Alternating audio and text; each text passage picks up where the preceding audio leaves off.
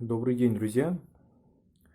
Сегодня в парламенте будет рассматриваться очень важный вопрос для развития парламентаризма в Кыргызстане,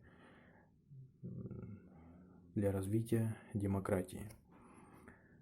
Сегодня будут рассматривать вопрос о снижении порогового процента, порогового барьера Георг Кеңеш с 9 до 5%. Почему нам важен 5%? Оно важно, потому что 5% обеспечит максимальное равноправное представительство в Георгу Кеңеш. 9% по сути, как мы все знаем, был введен в целях того, чтобы одна партия власти, смогла взять максимальное количество мандатов Георг Кеңеш и тем самым установить свой диктат над исполнительной и законодательной властью.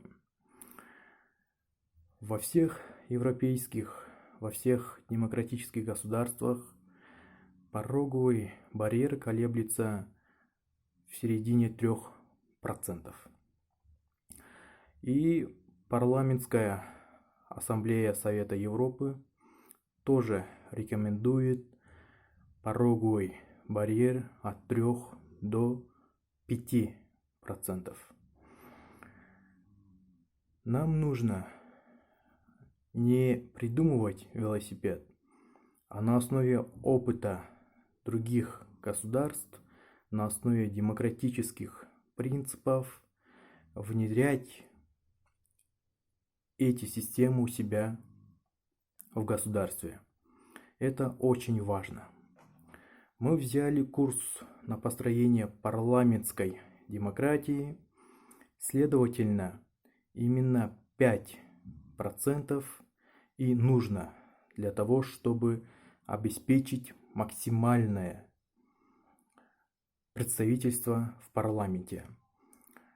Выше 5%, если будет пороговый процент, то это приведет к тому, что партия, которая получила в совокупности меньшее количество голосов, в последующем получит больше мандатов. И это приведет к тому, что она не будет представлять мнение, позицию большинства избирателей.